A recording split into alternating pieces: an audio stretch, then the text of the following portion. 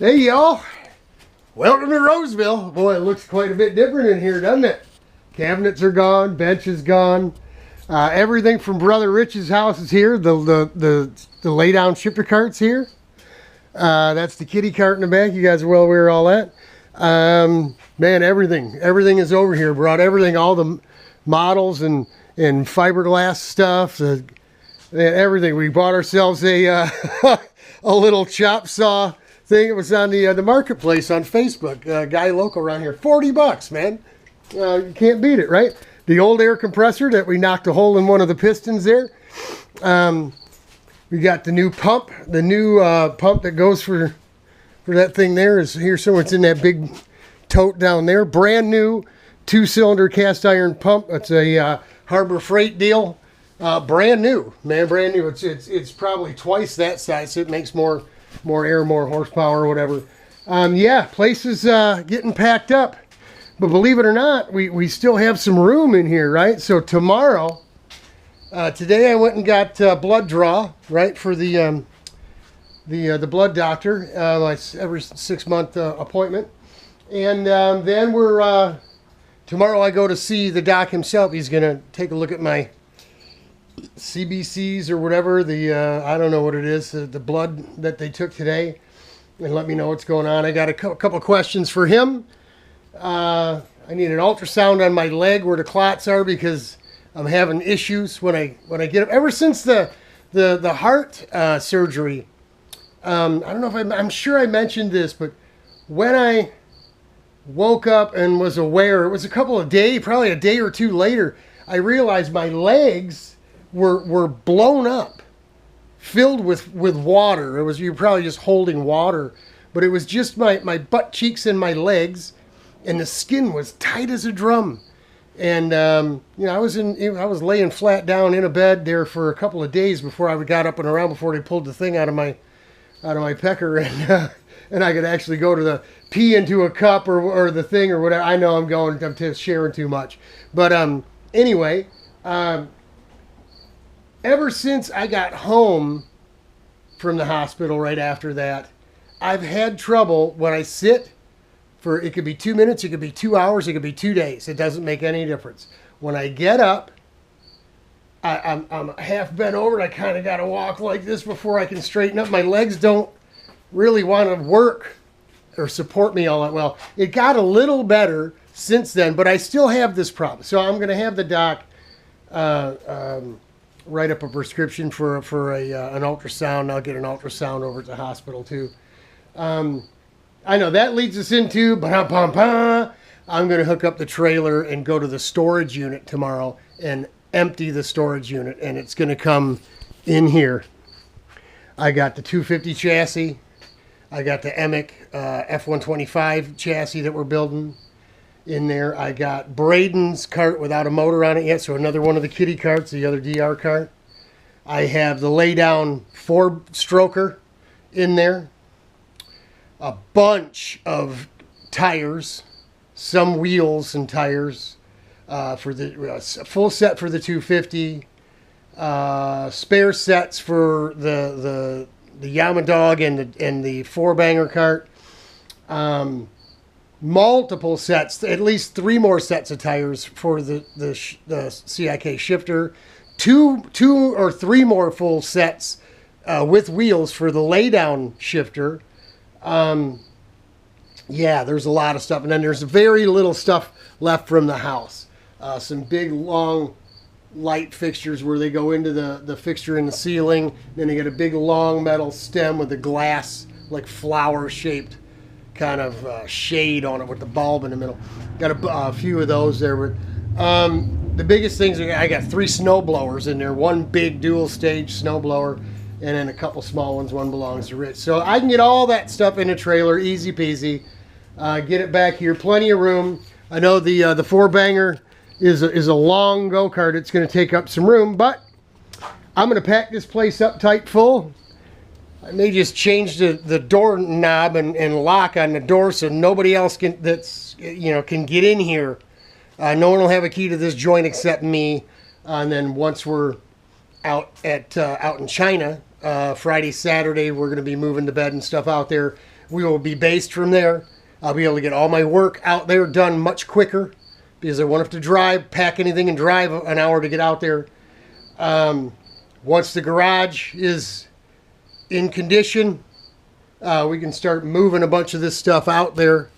I did buy an inch, I think it's an 1.5-inch nap roller to roll paint that back. Yeah, that's right, that back room, the fiberglass room. At least the fiberglass room, half of that back bit. I want to paint all of it. I want to paint above the tanks, the walls, around the furnace over there and everything. I want to, but that'll be something, give me something to do in the winter, right? We can throw plastic over the tanks and go ahead and, you know, with the heat on in the winter, and go ahead and paint that place up. We can do that at any time. We'd like to get the fiberglass room painted, the walls and ceiling and all that stuff, so we can start putting cabinets on the walls, benches in there for laying out the fiberglass patterns and all that stuff, and get it in shape, right? Probably add some more light in there too. So we've although it looks like, wow, the pile of crap has grown. Well, it actually has, because I moved everything from Brother Rich's house Monday. I told Glenda and Randy, how you doing, guys? Sorry I didn't actually get to sit down and spend more time with y'all. I had Jim that came both days, Friday and Saturday. He's local there. He used to be from upstate New York. We only used to see him at the racetrack. So to have Jimmy come by, I really did give him all of my attention. But, you know, I'll see you guys at Mid-Ohio. Jimmy doesn't. I won't see Jimmy again unless I go to Pittsburgh. So, yeah. So I told you guys and anyone else who was around over in the pit over there that this week was going to be a big week of getting back, cutting the grass, working on the garage and all that stuff. And I haven't even gone over there. Have not been there. Just decided to take this from a different angle. The storage unit payment is due on the 29th, which I believe is Friday. 102 bucks. If I can get the place empty tomorrow or Thursday before the 29th, I no have to pay $102.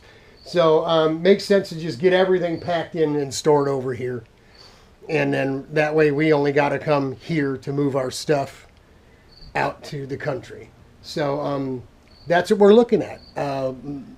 Moving, sleeping apparatus, the final stuff. I mean, my computer's still in the house, desk and all that stuff. I got a double, triple wide, double high filing cabinet, like a desk office type filing cabinet full of house papers, tax papers, a couple air cooled go-kart motors in there on that cabinet too.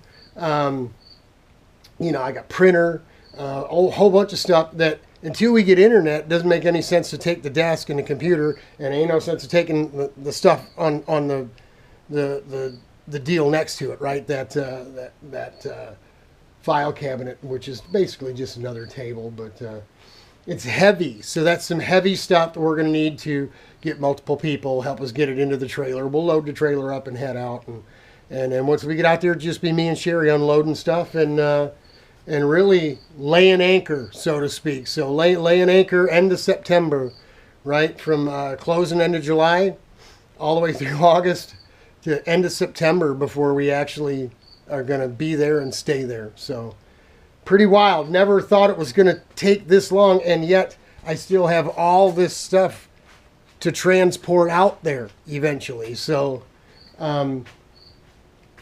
wow. Talk about overwhelming, man. But it is what it is. Had a good time with y'all at Pittsburgh. That was good fun. Thanks, Joe, again. That was pretty cool.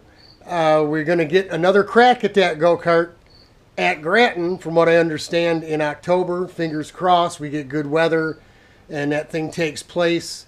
Since I got 2 gallons of mixed caster, I don't know, Maxima caster, whatever it is. I don't use caster. I think it's all hocus pocus. I hate it. I don't like it. Makes a mess of your engine. So I got 2 gallons of it I'm not going to use. He says, well, I'll bring the cart and you can use your 2 gallons to run some laps up there. So I'm looking forward to that. So much so that I got the seamstress friend of mine that used to do upholstery for Ford. She's retired, obviously. Was readjusting the work my sister did on my new blue Repsol suit. And that I'd like to, I haven't worn it yet, so I'd like to have her get that done. So just, you know, preparing things, excited about things. Just need to get out there, wake up there in the morning, go out with my coffee right out to the garage and be able to get full 8, 10, 12-hour days, man, out there. It'll be done, you know, quickly. We won't have the heat going out there for a little while yet, but we got to get the building part of it in a condition so we can move all this stuff, and then we can bore a hole in the wall and build a plenum and run the heat anytime. So that's it for Tuesday the 26th. Godspeed, God bless. I love you. I'm praying for you. Hang in there. It'll get better. Thanks to everybody that hung around and come to see us in Pittsburgh. That was a good time. With any luck, knock on fiberglass, we'll be back out there again. Hang in there, y'all. Believe it or not. Oh boy, it will get better. It will get, look at it. It's just piled on top of each other, on top of each other. It never ends, folks. Oh, wish me luck. Pray for me. I'm going to need it. Godspeed. Hang in there.